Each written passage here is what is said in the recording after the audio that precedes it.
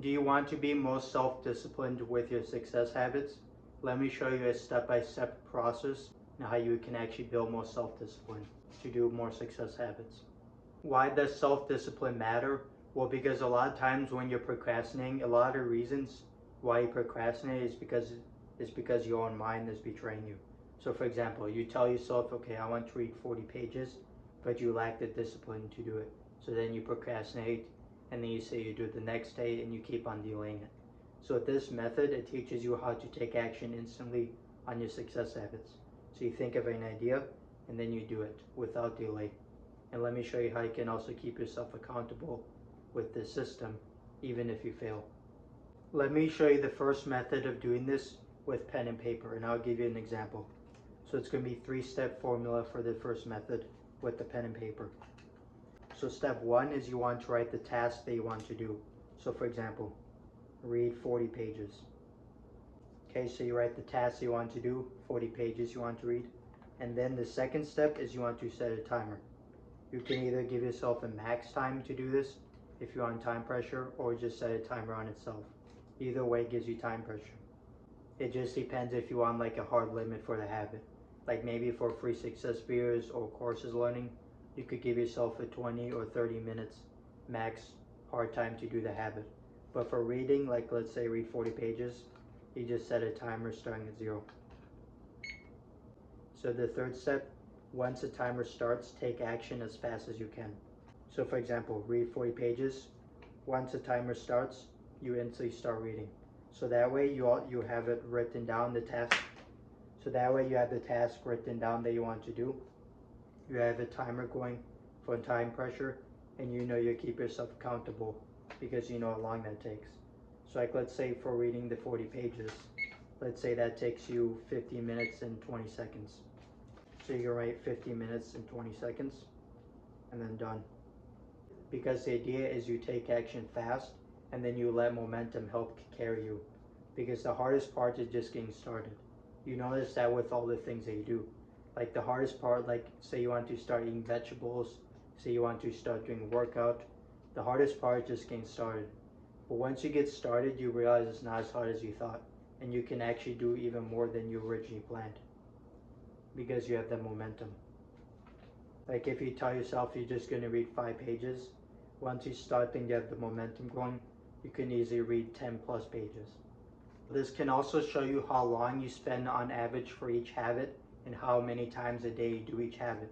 So you can do this with all your tasks, but I'd recommend you don't do this with tasks that take less than a minute.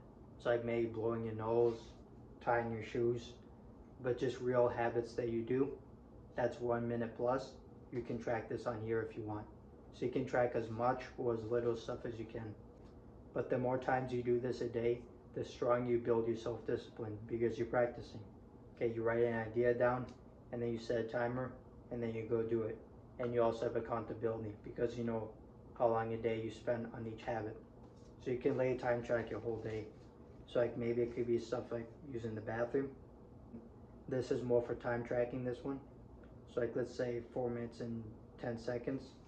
You could say habit number 2. 10 minutes and 9 seconds. You could say step for number 2 to number 3. Let's say that takes 4 minutes and 15 seconds, etc. So you can lay time track your whole day with this, and that way you can build self-discipline, and you also have a rough idea on how you spend your average day. So that's the first method with pen and paper. Let me give you the second method. So the second method is if you don't want to use a pen and paper and you want to do this a lot faster, this is the second method. So what you want to do is, first of all, you mentally tell yourself the next task you want to do. Okay, I want to read 5 pages.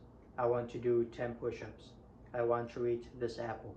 So you tell yourself the next task that you want to do, and then you take action as fast as you can once you thought of the idea. So that way you train yourself to take action fast and without delay.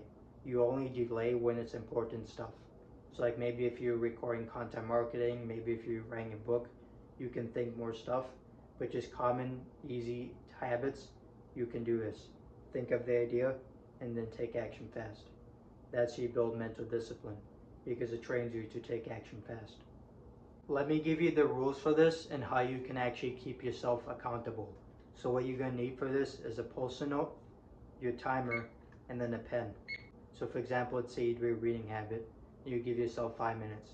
If in the middle of the timer, if in the middle of the habit you stop for some reason, usually as a distraction, what you do is you just pause the timer and then you write the distraction reason.